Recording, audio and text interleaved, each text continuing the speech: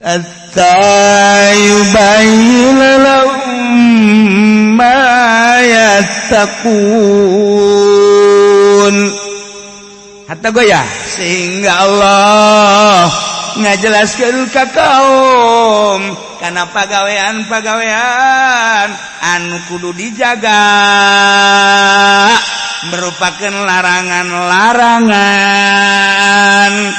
Lamun larangan-larangan anu dijaga sehingga dipake kasieun teu dilaksanakeun geus titik Allah moal kudu nyasarkeun. Tapi lamun larangan anu dirumpang dipake kasieun ieu cek Gusti Allah diberenya geus ya ku aing dijelaskeun geus melalui Rasul aing tapi sia tetap kasieun di dieu ku aing bakal ditegur make lisan Rasul aing ketika Rasul geus teu didenge kuari langsung ti aing awas ya ku aing teguran ku Gusti Allah ieu ayat ya Masya Allah lamun ieu larangan teh geus dipake kasieun lamun ieu paraman teh geus ting ningali dilaksanakeun bae anu tatadina hatta yubayyana lahum ma yattaqu kudu dipake kasieun fala yattaqu teu sieunun nyana lamun teu sieunun awas fayastahiqul idlal ngahak kana disasarkeun sia.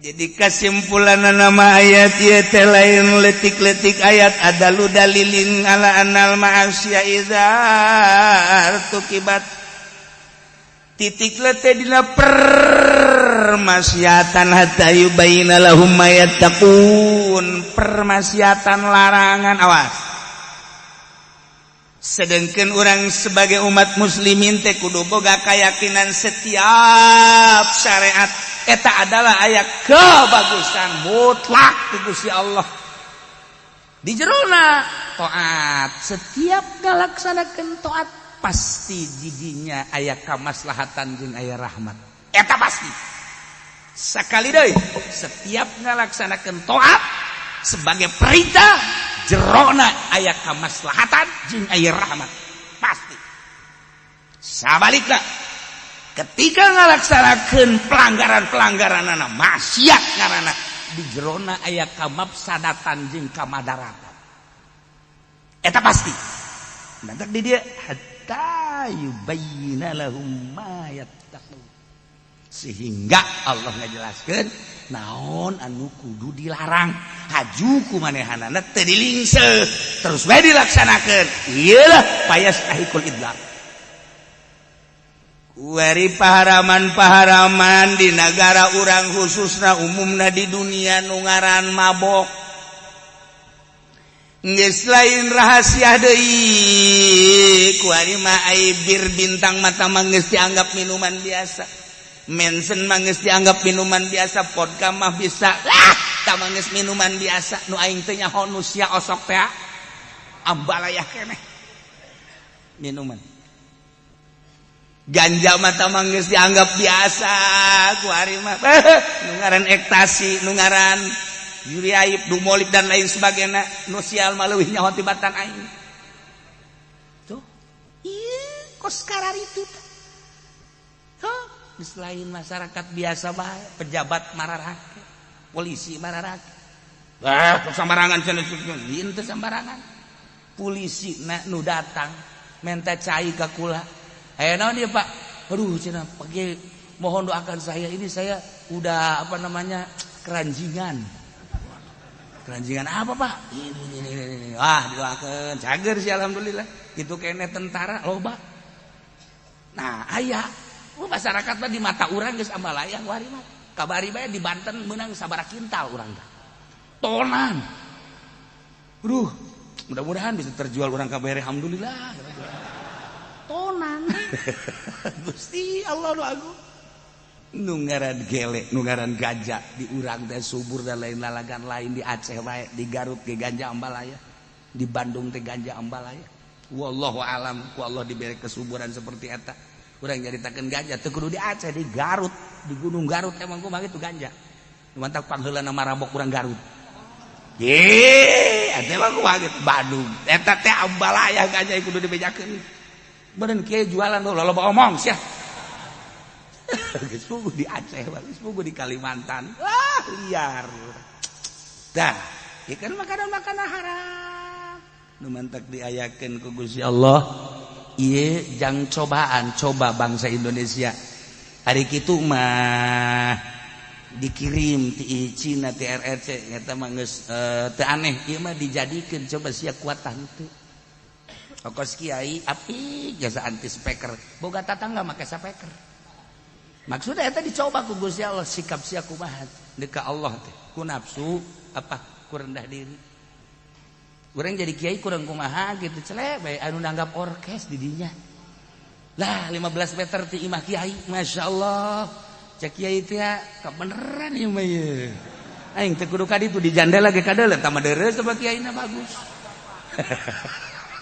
Sial tuh kiai tolol. Oh rupa-rupa cobaan teh. Rupa-rupa. Urang dicoba teh ku kalakuan urang sorangan. Di diri urang. Naon anu terjadi teh di diri urang teh awal-awalna kuajeun ku kumaha urang nu melak, urang nu nuai. Ya. Nah naon anu terjadi segala rupa teh di awak urang aya asli nama. Nu mentak ulah hese-hese nyalahkeun ka batur ulah nyalahkeun ka awak urang sorangan. Naon nu terjadi aya di awak urang ulah nyalahkeun batur. Introspeksi lalaudan. Balik deui. Lamun taat mengandung maslahat jeung rahmat, lamun maksiat mengandung mafsadat jeung darurat kamadaratan. Nah, timbul ekonomi tersendat-sendat ayeuna ieu teh akibat permaksiatan.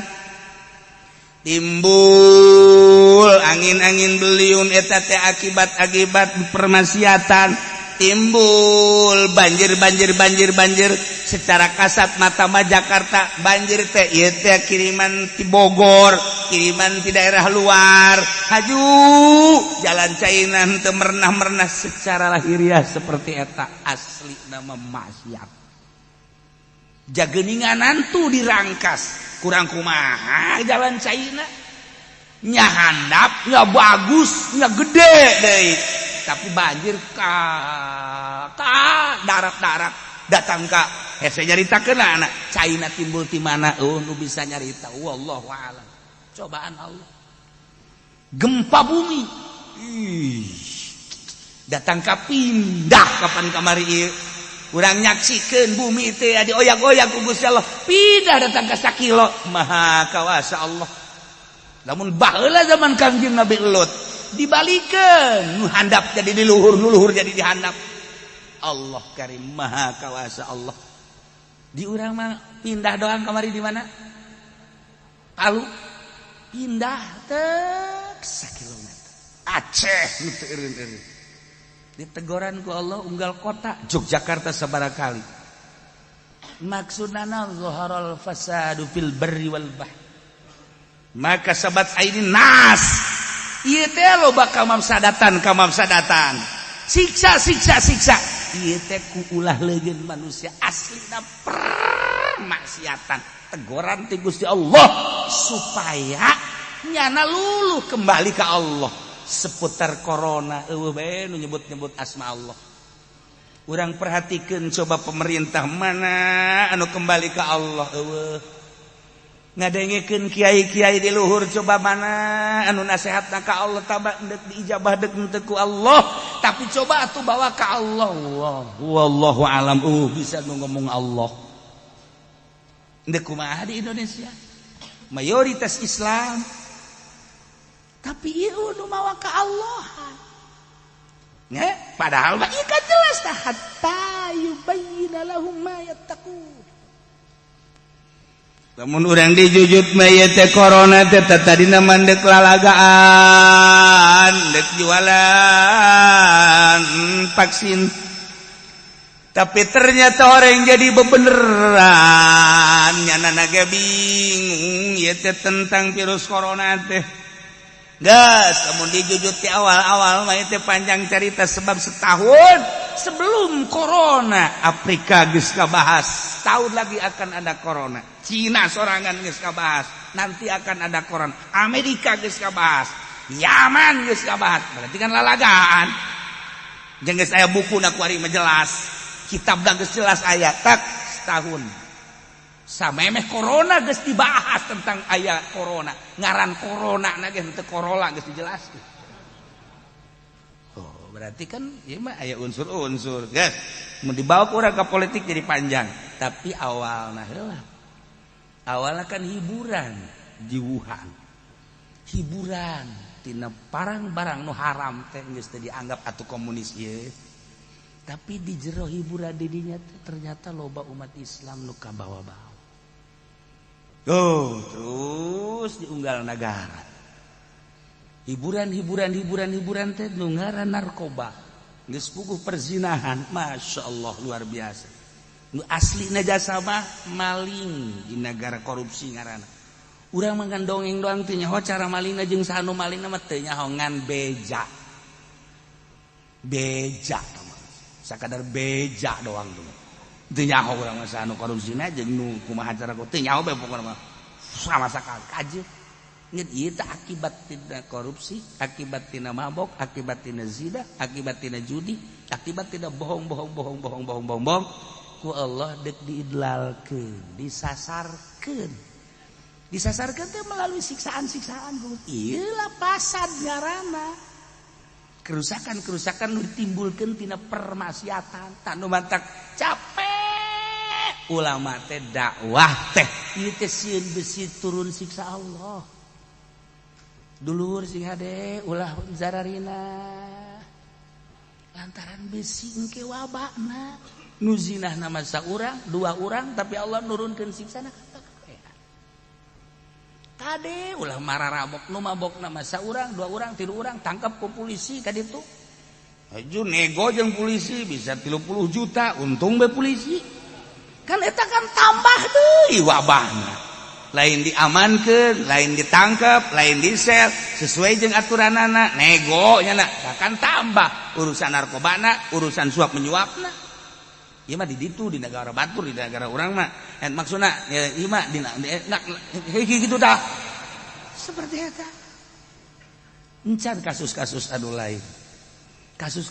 lain saling sogok menyogok hakim di dunia mah nyana nyeun meuli mobil mewah nyeun imah mewah mbak emang sakolana jangkos kitu atuh bangga bae keur carita bae atuh mangga bae emang dunia ada kos karang itu nyana eta keur diidlalkeun ku Allah cara ngaidlalkeun Allah seperti eta engke wabahna ka keluarga jeung ka kabeh disasarkeun ku Gusti Allah penyasaran Gusti Allah teh ieu teh imma perorangan wa imma keluarga wa imma kabehan kuari teh urang keur dibere wabah kabehan aya jeung eueuhna ulah sok dicaritakeun nu penting mah lockdown kabehan ih mun sok nyaritakeun aya apa geus lockdown ih sakedeung deui mah download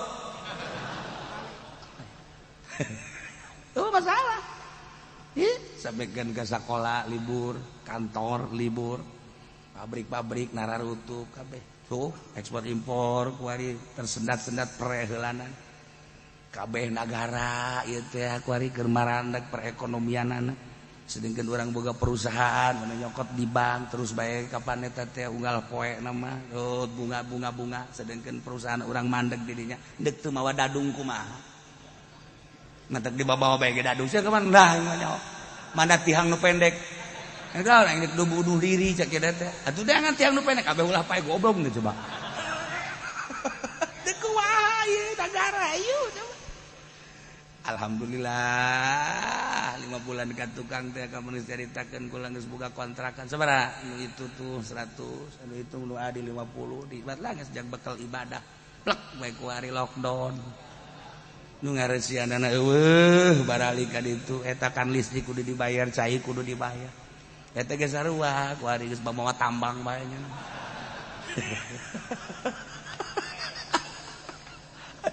Aya nu tos geus sian warung lu bawa jasuk warung geus pararing alhamdulillahirabbil alamin. Ambalaya kuari warung meuli eueuh kuari naon kumaha tuh deuk meuli aya ge nu daratang ngahutang aya teu dibere padi urusanna beuteung aya dibere pan nya ngahutang deuk iraha mayarna geus 2 bulan ngahutang bae bebejan aja deuk balik baal ka dede aduh aing ulah ngadenge ke ceuli aing utang numpuk tulisanna aya nyana deuk balik ka Jogja ka Jawa Timur moal balik deui ka dieu lain urusan balik jeung henteu na ieu hutang kumaha praknya bebeja boro-boro mayar hutang nginjem heula jang ongkos goblok sia aing pencet bae ku sia ieu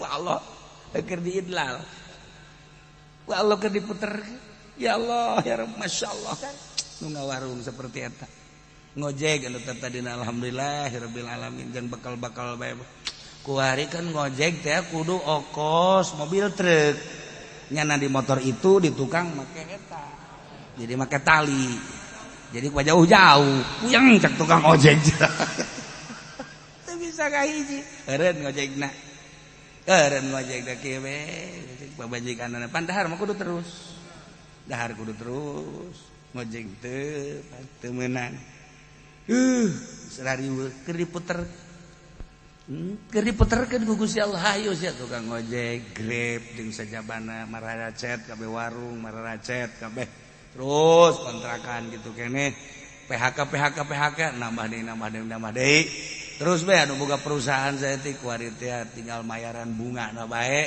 pabrik nama teu jalan perusahaan nama teu jalan geus ngalalamun bae diputerkeun ku Gusti Allah akibat tina maksiat tadina sumberna mun hayang nyoper maksiatan sumberna permaksiatan corona nama ti Wuhan ti Cina kunaon haju ambalayah ka negara urang di ambalayahkeun ku Gusti Allah deuk aya deuk wallahu alam nu jelas kan kejadianna seperti eta taraweh lockdown ieu akibat maksiat tadi ka taraweh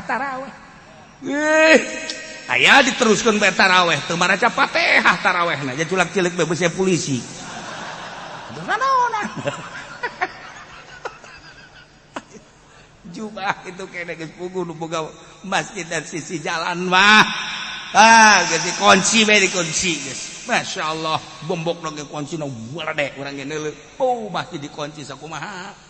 Gudang. Kunci tapi ai pintu tukangna mah henteu. Pintu hareup dikunci wadeh gitu make hordeng gitu aya lawang tukang mah henteu arasup je ieu mah pos dongeng cek urang ge pokona di Indonesia masih akal-akalan moal beres bajan gua kumaha ge tapi lamun singgelblug mah di Belaraja plak Belaraja tak Cikupat plak teu karak sadar sorangan ieu mah eueuh corona di Belaraja selidi ka ditu mana aya ya sepatan cenah geus zona merah putih bendera tamu budak eta geus nah ieu keur carita alal haq wake kemana kejadian-kejadianna aya beneran bener sama corona datang ke rumah sakit paeh cek keluargana tama napas di imahna ge geus tereh beak kaberan datang ke rumah sakit paeh kulauna jo corona wallahu alam seperti eta kejadianna ulah loba omong. Nah, anu jelas mah kan ieu kan siksa, ieu keur carita siksa, deuk aya deuk eueuh wallahu alam, tapi kan tersiksa urang. Tersiksa batin, tersiksa perasaan, tersiksa situasi dan lain-lain sebagainya. Nang saha ta ieu keur carita idlal tibana sumberna maksiat. Lillahi taala eta aslina seperti eta. Maksiat. Lamun urang nyaritakeun rangkaian maksiat kuari ti luhur datang ka handap geus marasiat kabeh geus teu daek kadengekeun petuah-petuah Allah geus teu daek kadengekeun petuah-petuah kitu ulama anu meunang ngabongkar tina ayat geus asaing bae kabehan ge geus dieu diharam-haram ge terus bae nyulucus kumaha aing bae iya akibatna geus teu gadenge ucapan kiai geus teu gadenge petuah-petuah ieu mah kudu langsung cak Allah waing angin sugan sadar teman-teman sadaerah bae coba dibeliunkeun supaya kadeuleu ku kabeh beak di Bandung ku angin abeh urang Tangerang urang Serang boga pikiran woi di Bandung beak ku angin beliun yuk urang tararobat tah maksud Allah teh supaya kembali ke Allah kadenge ku urang euy banjir di Rangkas Betung wah eta di mana caida ditanyakeun ka urang ditu wallahu alam jati lokos kitu teh tadi nama tanyakeun deui nu jelas-jelas teh cenah aya tidinya teh sumberna cenah tidinya nu jelas mah siksa ieu teh buak kabeh ka ditu duh supaya kadeuleu ku urang Tangerang supaya kadeuleu ku urang Sukabumi supaya kadeuleu ku urang Bandung jeung santero naon sih teh bisa disiksa kitu ku Gusti Allah maksiat yu urang balik atuh ka Gusti Allah urang eureun maksiat maksudna supaya teguran ti Gusti Allah eta keur carita lokal ya gempa ya angin ya banjir kuari urang ieu teh internasional wabah corona mantak naonna tuh urang barali ka Gusti Allah barali ka Gusti Allah taubatan geus ka Gusti ayo sabisa-bisa jak babacaanna mah eta-eta keneh mun tayang nama ka Gusti Allah teu kudu segala rupa hayu bae geus geus bisa nu bisa auzu bi kalimatillahi tammati min syarri khalq mah nek bisa bismillahirrahmanirrahim la yadurru ma ismihi syai'un fil ardi wa samil al mangga nek bisa auzubillahi minasyaitonir rajim atuh diganti bae kurang auzubillahi minal corona atuh mangga atuh sarua bae sarua ente tadi auzubillah kan ngalingun abdi ka Gusti Allah minasyaitonir rajim kuari mah minal coronail azim itu masalah atuh babari bae doa mah teu bisa cenah bahasa Arab bahasa urang bae geus ya Allah ya Rabbi ngalindung abdi tina penyakit corona tasdikeun corona bahasa Sunda meuli babari ongkoh geus kanyahoan ieu Gusti corona teh jelas-jelasan cenah bejana ieu teh bakal diberes saurang 600.000 alhamdulillah ya Rabbi ngadoa bae geus ka Gusti Allah mudah-mudahan bupati dibukakeun hatena mudah-mudahan gubernur dibukakeun hatena ya ieu abdi teh ngojek henteu ngawarung henteu ai dahar makan kudu terus bae mah nya abdi kudu datang ka imah gubernur mah mudah-mudahan bae gubernur dibere solih dibere soleh atuh tinggal kitu bae ngadoa nu soleh hese ngadoana dihareupeun imah gubernur tah ita hatta yubayyana lahum ma yattaqun moal pati-pati Gusti Allah nyasarkeun ka kaum sabada Allah nuduhkeun melalui Islam sehingga ditingali ku Gusti Allah pelaksanaan Islamna dijelaskan ku Gusti Allah mana perintah mana larangan ketika Gusti Allah nyaritakeun taat di dinya teh mengandung rahmat mengandung maslahat ketika Allah nyaritakeun larangan ya ne paharaman permaksiatan hatta yubayyana lahum ma yattaqun deudeuh datang ka mandannya sieuna sehingga dijaga ku sieun mah ai praktek apa lah ya taku teu boga kasieun atuh payastahiqul idlal atuh ngaha kana disasarkeun carana ialah ditegur langsung ku Gusti Allah melalui pasad setiap larangan eta adalah mengandung maksiat jerona ai maksiat eta teh mengandung karusakan geus atuh karusakan teh timbul tidak permaksiatan lanjutkan gera maksiat kuari negara lanjutkan ti mimiti luhur didayeuh ketikeun kahandap terus maksiat masyarakat pedagang terus maksiat petani terus maksiat kiai santri terus maksiat corona ieu bakal datang deui wabah anu leuwih dahsyat tibatan teguran seperti ieu mantak careurik be ahli-ahli Allah teu gabeuting teh ya Allah ya Rabbi ngaleungis kadenge ku pamajikan kaji kok cari hayang naon oh sial bukan teh yang jadikan wabah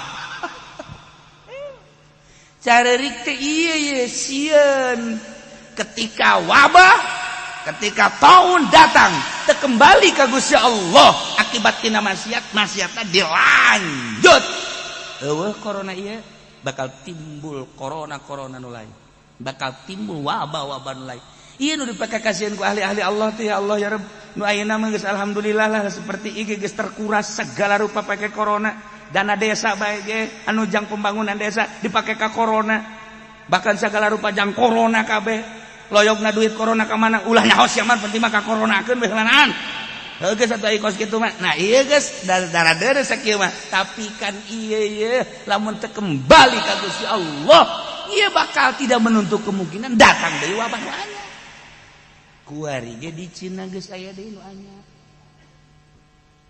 tuh di Amerika ge geus aya deui nu anyar encan geunggleung di Spanyol ge geus aya deui nu anyar deuk kumaha coba ya sedengkeun geus terkuras danana ka WHO naon meureun teh WHO geus aing mah pokona nyaho ge ti sia baheulanan lah tah ieu geus datang deui Arab anu tadina hanya nu aya di Amerika bae jeung nu aya di Inggris di luar negeri anu kena corona teh kuari mah di Arabna sorangan kena corona. Mekah, Madinah kena corona, mentak tidak menutup kemungkinan tutup ieu teh hajian. Coronana di Arab teh kuari aya. Di kumaha coba? Duatak di Indonesia geus rada inggis, babla teu robah malah menjadi-jadi.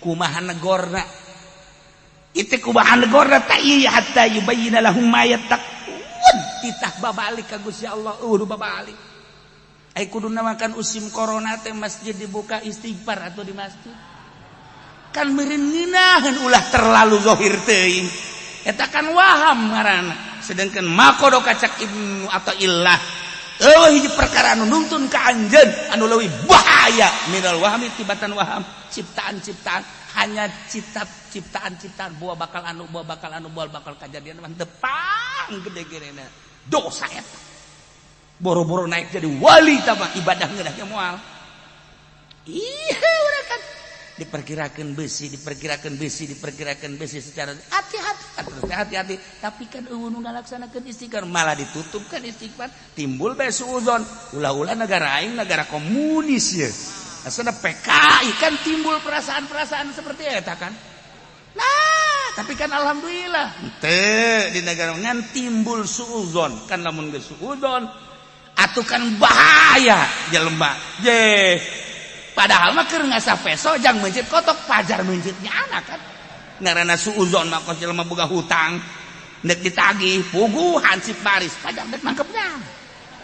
Hansip baris 1 2 jangan dalam wah iya suudzon mah kitu bae kan kajen kumaha ge nah ieu teh duadak terus we kiai-kiai teh gadoa ya Allah amankeun nagara Gusti amankeun umat Gusti nagara jeung bangsa teh amankeun para aulia Allah mah ngadoa teh geus lain jang dirina tapi jang bangsa jeung nagara tinggal penting mentang mata teh lain jang dirina dirina mah geus di pikiran ya Allah bangsa ya Allah negara ya Allah umat salametkeun Gusti andai kata aya nu salah pangnoelkeun atuh supaya kembali ya Allah ya Rabb ulah ditambah deui wabah teh ulah ditambah deui lamun teh mah ditambah deui cukup ku corona anu tadi gendek bergerak mamun kamari henteu didoakeun ku para wali-wali Allah ku para ulama geus bergerak ajeun ku kumaha rakyat berbondong-bondong ka imah bupati berbondong-bondong ka imah gubernur tapi kan didoakeun ulah sakadar beuteung atuh kajeun nyana bae urang neangan bae beuteung mah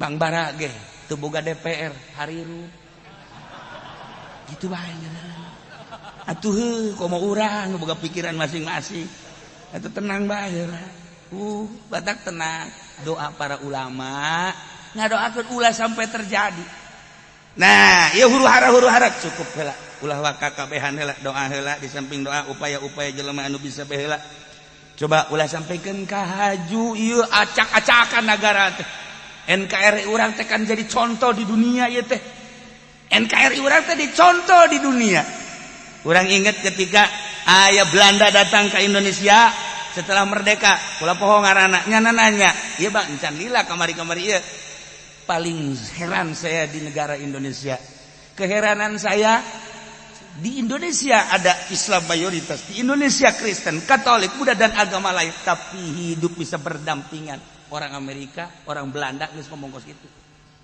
teu takjub urang ka omongan-omongan para inohong para pakar di luhur kunaon kuari haji urang kuari acak-acakan Nah, mantak ditahan ulah sampai ke acak-acakan. Nya, patriotisme urang terhadap bangsa jeung negara teh itu supaya benar-benar kudoa bisa nah. Mantak ditararahan, kamari lamun teu ditahan, RT geus beak 5 meureun. Ya, kuari kuburan anak eueuh di mana? RT-na di mana? Tahan ulah geus bandingan neangan sorangan bae geus kajenderan. RT anu geus teu kaluar-luar. Pareng mirisan nya. Gitu kene lurah aman di Tangerang mah, aman di Serang, aman di Pandeglang dengan doa-doa para kiai. Teu frontal di Nagara Batur lurah aya nu geus ditikem itu keneh RT, masyaallah. Urang mah tenang heulanan, kalem sapira dahar heulanan. Kajeun bagian urang kena di dahar ku nyana. Engke ge beuteungna gendut sorangan. Pan cenah kiai jadi kos kitu, emang kos kitu aing mah. Tungtung mah ngadoakeun kan itu teu beres bae. Tah, ieu ya, nah iya bah, kuari orang kembali masing-masing dimimitian gara ku orang, mimitian gara ku keluarga orang, mimitian orang ku tetangga orang, mimitian gara ku kabehan, enggeus, kuari istighfar anu loba, masjid atau cenah merendanan kudu carang-carangan bae lana, nu tadina kamari 2 meter kuari mah atuh sajengkal. Ayo bae ragot. Geus pakai takarrub tadarrur ka Gusti Allah. Ngeri urang saat corona aya. Urang terlalu zahir waham kajadianana. Encan jelas. Kuari basi ditutup. Istighfar berbarengan bersama-sama. Eueuh. Beuki ngalengis bae ya Allah, ya Rabb aya naon ieu teh, naon ieu teh. Nah, tersiksa urang bagian pemikiran. Bagian gitu ngaranna non makanan bagian dan lain-lain supaya timbul suuzon tinggal Noel doang ngejegur sebenarnya tapi tenang iya hebat di Indonesia itu seperti di Amerika makuari acak-acak di orang alhamdulillah aman sekali di rumah kurang doa mudah-mudahan negara orang diamankan ditentremkan urangna diberi tenang kembali ka Gusti Allah Subhanahu wa taala. Babalik geura ka Gusti Allah.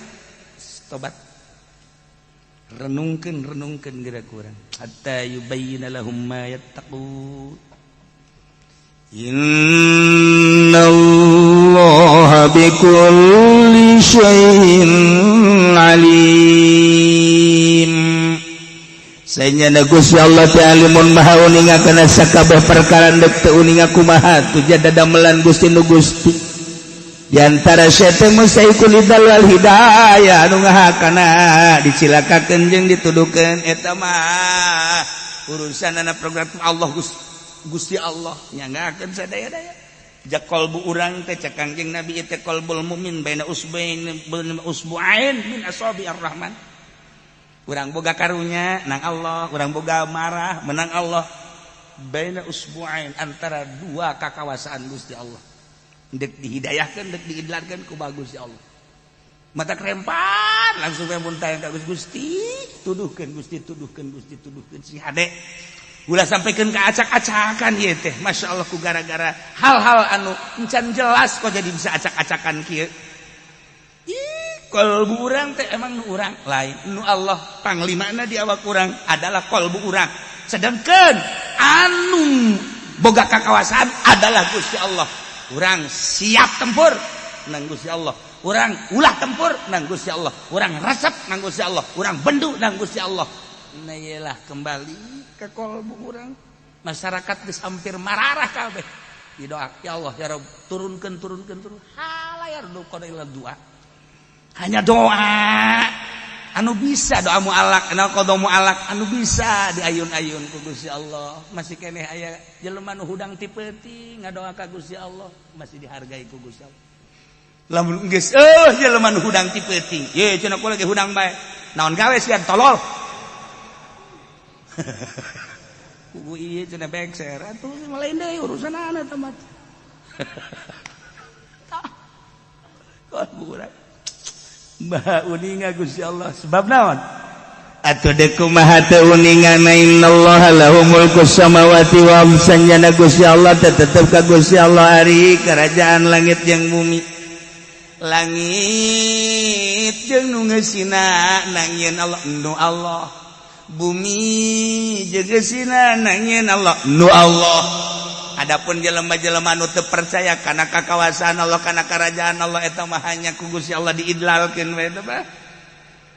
Kristen teu percayaan langit bumi teh nangin Allah diidlalkeun ku Gusti. Buddha teu percayaan langit bumi teh nangin Allah. Atuh kakawasan Allah eta teh diidlalkeun ku Gusti Allah.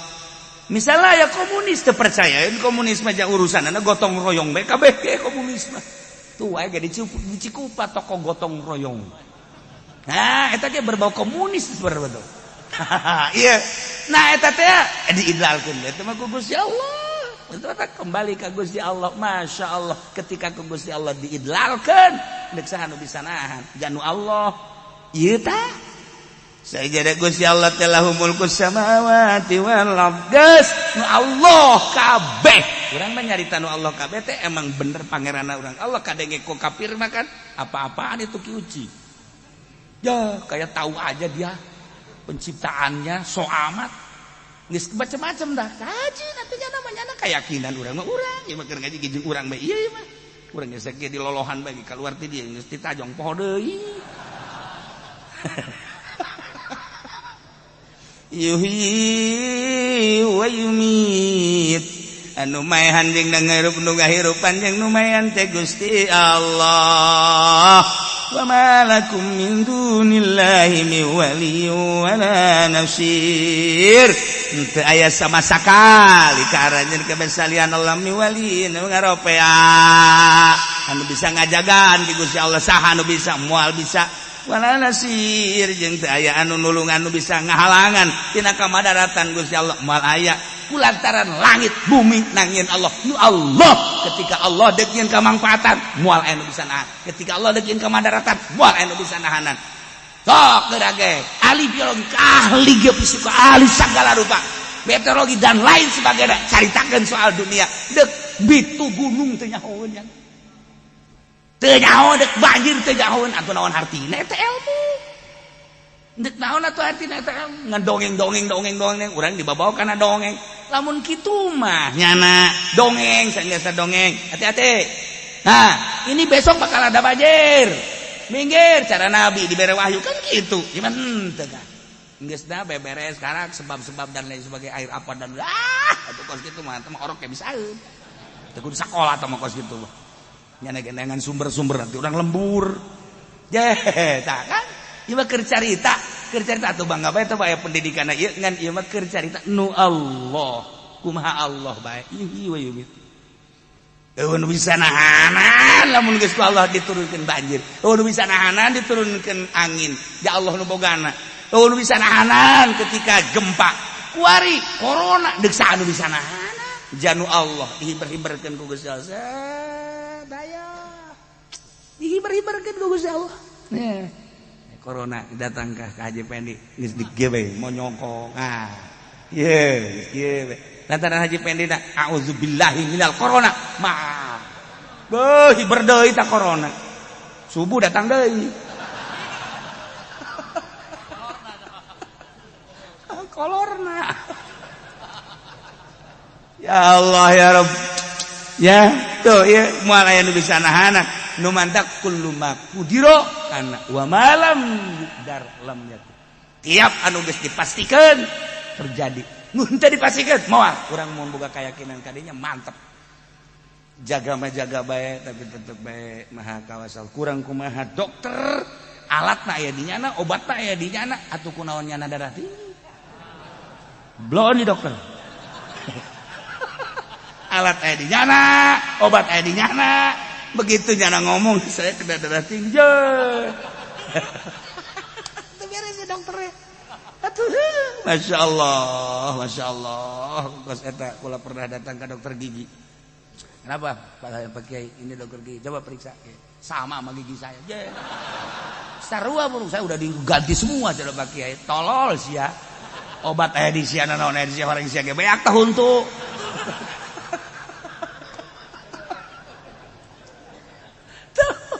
Saha bisa nahan lamun geus dipastikeun ku Gusti Allah.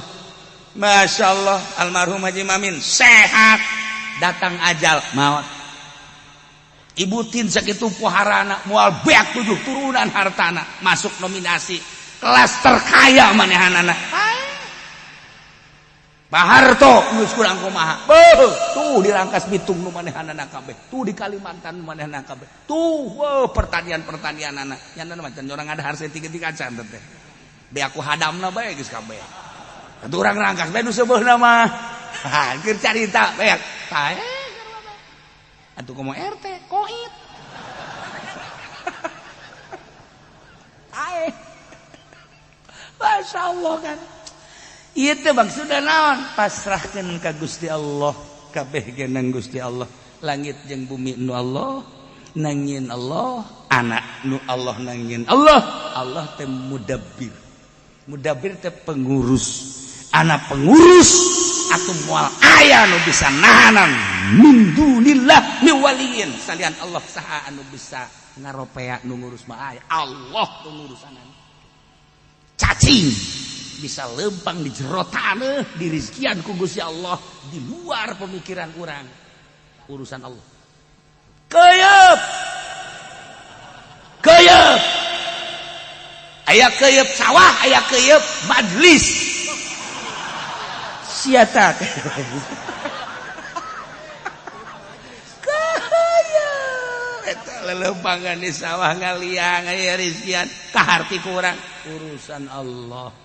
Orai ini itu orang sanca, orang belang, orang tanah, orang pucuk, orang cabe, orang matahari, berbagai orai baheula makan di dieu loba orai teh pakadaharana kan beda-beda.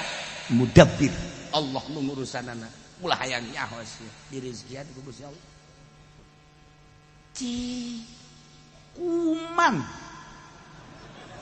Kuman litik waduh Masya Allah harus gugur baik kita cak mah urang gadis ya nyokot kaca nyokot paniti cep dikakacakeun aya kuman litik aya rizkian di awak urang lisa itu pagawean awewe nya kutunya lisanya hiji teh naon garang-garangna kuar tolol awewe mah kutu dialaan dikadijakeun deui goblok beureun lain ditindesan orek resepnya nama Masya Allah ongkos nu mancing tolol atuh tolol dialungkeun kadinya dipancing dikadijakeun deui aredan jelema kali tah ieu kabeh ge urusan Allah. Ya langit salagi nangieun Allah urusan Allah, bumi sabumi nangieun Allah urusan Allah. Urang mah dijadikeun khalifah ku Gusti Allah teh tina ngurusan, tapi ulah hayang urusan. Urang status jadi presiden, urang status jadi wakil, urang status jadi menteri, urang status jadi gubernur, status jadi bupati, status jadi camat, status jadi lurah, jadi RT. Urusan negara. Urang status jadi kiai, urang status jadi ustad, urang status jadi santri, jadi pedagang. Sakolom kumaha urusan anak. Eta teh khalifah kerja sama, jang urusan bangsa jeung negara. Kan mantep. Ngeunaheun ngomong. Tuh ya Allah ya Rabb. Nah, nu Allah kulantaran nu Allah sia deuk urusan-urusan. Mantap paling bahaya jelema nu ngudag-ngudag dunia bae padahal dunia kan geus aya tulisanana. Zahiron wa batinan. Blak nakarak blak nakumaneangan dunia bae datang ka paeh. Ieu nu paling bahaya mah padahal makan Allah nu ngurusana. Secara zahir ngan kembali deui horenganan urusan Allah. Eta mah idlal jeung hidayah mah nyangakeun sadaya-daya lumantak jelema dibere sasar idlal teh tergantung makom-makomna kiai anu geus deukeut ka Gusti Allah anu geus dibere lazat ibadah ngeunaheun perasaan asa kehadiran Gusti Allah ditegor ku Gusti Allah ketika nyana neuleuh aju hayang eta bakal ngahalangan kok lazat ibadah jadi eueuh tegoranana sakit ketika sompral ngomong di hareupeun jelema sompral ngomong teh padahal macan kaawakan teh maksudnya dina qalbuna sok jadi wali aing mah teu butuh misalna padahal mah butuh bakal ditegor gara ku Gusti Allah sesuaikeun makom urangna di mana ulah osok aju sompral di dinya bakal sebab Allah anu bogana coba sia sok sombong kitu sok-sok kitu mentek ulah osok nu geus pernah didongengkeun teh aya onta teh atuh nyaho jalan ka hiji daerah kapanggih ku berit ditanyakan ku berit di ka mana onta deuk ka daerah anu ngan kula teh kula siap cek cenah geus ayo kula nungtun atuh mangga dituntun eta onta teh ku berit kunaon tuh kakara ke salengkah dua lengkah berit ya kulantaran ieu mah jelema gede nungtun tali kendalina ge aya di nyana heheotan nya asa aing siapa gua orang tahu semua bahwa onta binatang yang tinggi pun saya yang nungtun kebanggaan jeung kesombongan luar biasa onta nyahoeun budak sombong amat sih geus tutang koteteng tulak cangkeng lagi geus lain dicangkeng di dieu dikelek sakumaha aya bisulan tak kelek ya Allah ya Rabbi pohara jasa nah begitu pas ya hareup teh aya kali ukak ikok nya di dinya teh sakonta teh ayo na kumaha nyebrang ayo tuh urang nyebrang ayo urang nyebrang kita mikir lah konten teh lain ayo atuh mal datang. Tuh, cak konten teh gara-gara sombong dia kakara ge dibere sakitu doang. Encan terlalu gede mah cai. Onta langsung bae turun ke handap. Tuh, jasa dengkul cak konten teh. Ayo ieu mah kakara sadengkul doang. Cak beurit di sia sadengkul ge. Atuh aing mah modar cak gitu. Kakarak dan do bantak ya cak ontak ulah sok sombong aing sanajan ditungtun gede aing mah sanajan ditungtun aing mah luas aing mah sia sanajan nungtun aing atuh sapira sia geus bari mah sia diakep ka aing ayo geus diakep tuh naik wari mah kadinya bari dinasehatan ku onta teh ulah sok sombong jadi jelema mah mantak nya ya harga satu cenah geus bukan alhamdulillah kula kana kesehatan barang turun nungtun sombong deui mah. Ieu beurit, mantak beurit mah kajendeun ku kumaha balik deui bae. Takol ku urang, indit isuk ka dieu deui. Lamun teu beunang mah beurit mah kos kitu beurit mah. Ye, aya beurit biasa, aya beurit make kopeah. Ieu nu bahaya ge beurit make kopeah. Susurun tulang, kadeleuna baca mah orang beurit. Itulah Imam Jalaluddin Rumi ngabahasakeun ngabayangkeun ka urang terjemahanna masih panjang kene teh cerita nah kita tuh malaya nu ngurusan nu bisa ngajagaan ti Gusti Allah malaya nu nulungan anu bisa ngahalangan ti Gusti Allah atuh anak itu mah atuh nyanggakeun me sadaya-daya kesehatan urang dijaga mah dijaga tapi waya gering mah gering bae narima urang ka Gusti Allah geus kurang kumaha atuh penjagaan urang dan lain-lain sebagainya tapi geuninganan ka modelanna maka modelanna urang anu dijagaan bae gering nu edan mah ngadahari sampah teu gering-gering kan nu edan oh urut-urutan batur didahat teu gering-gering heran tapi urang mah ieu ulah itu ulah ieu ulah hati-hati bae gara-gara corona bae ge jeung pamajikan 2 meter atuh 2 meter kan teu bisa ngahiji kan jeung pamajikan teh masyaallah karim bisa dihalangan make tembok mau diteruskeun lah baik keur carita urang mah dihalangan oh mantap Ibnu Sena ngajelaskeun dari 100 penyakit yang ada 70% timbul dari pemikiran 30% dari makanan-makanan pemikiran urang kakarak boga kabogoh bae juga boga-bogana nolak ka urang hiji teu ngeunah dahar udah teu ngeunah nginum teu ngeunah hees geus kieu bae awak kakarak saminggu bae geus 5 kilo waduh sabulan masa tinggal tulang nya 2 bulan masa didudag anjing pajar tulang beneran ya kan tah eta kan tidak pemikiran eta kakarak kasus hiji Encan kasus dagang deh.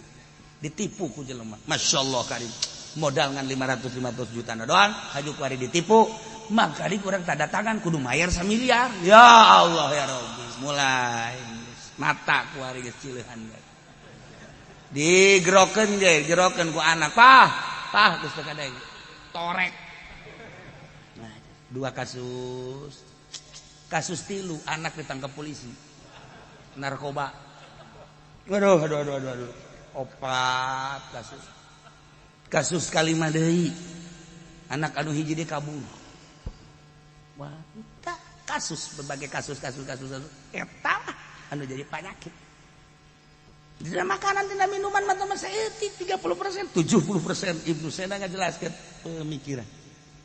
Mentek aya jelema gering, haju teu hudang-hudang. Dokter jeung dukun geus dikerahkeun tapi ternyata hese jasa. Ibnu Sena mah beunang. Beunang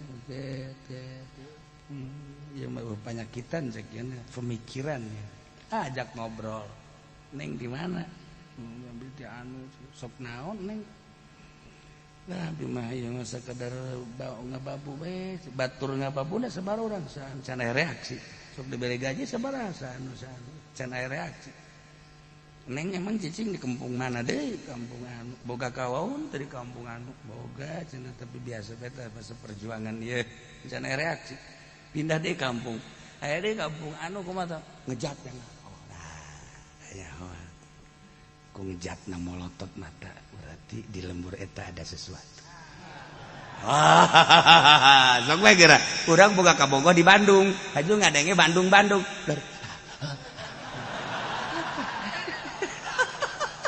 Atuh babari. Ye, eta pemikiran mah cek Ibnu Sena. Ieu kajian kumaha ge lain urusan penyakit. Ieu mah asmara. Ye, inget kadongeng Ki Soleh almarhum anu nyana ceramah teh jenggotan teh anu nini ceurik bae teh. Wah, aing mah eureun pidato deuk danya kajian kumaha pasti kahartieun jasa ieu. Ceramah aing cecan orang datang anu ceurik kos kieu. Langsung kan turun geus bae langsung nih kadeleuna ieu kusu jasa kula ceramah ceurik cenah ge kahartina pelebah mana lain masalah kaharti emang naon itu ndeuleu jenggot kiai sarojeng bejawa kula nu leungit sial eta kan pemikiran garana ya cek kiai teh beleh goblok tolol kaduhung nanyai nah ya malakum min dunillahi min wali wala nasir. Eueuh anu ngurusan, eueuh nu nulungan, nu ngurusan jeung anu nulungan Allah. Matak naon atuh ka Allahkeun. Geus urang mah di syariat wari, syariat mah biasa wayah dagang-dagang, wayah tani-tani, wayah usaha-usaha ngan serahkeun ka Gusti Allah nu boga. Sakitu bae. Kete kalau di torikoh ke lain deui. Komo geus di hakikat mah geus lain deui. Ilmu nage geus make ilmu tahakkuk, anu cara-cara nage kudu make guru mursyid teu meunang sambarangan. Wallahu a'lam. Allahumma shalli wa sallim ala sayyidina Muhammadin fil awwalin wal akhirin wa barik wa sallim ورضي الله تعالى عن ساداتنا أصحاب سيدنا رسول الله أجمعين يا الله يا رب العالمين اللهم اهدنا الصراط المستقيم اللهم اهدنا الصراط المستقيم اللهم اهدنا الصراط المستقيم صراط الذين أنعمت عليهم من النبيين الصديقين والشهداء والصالحين وحسن أولئك رفيقا ذلك الفضل من الله وكفى بالله عليما وصل وسلم على جميع الأنبياء والمرسلين والحمد لله رب العالمين.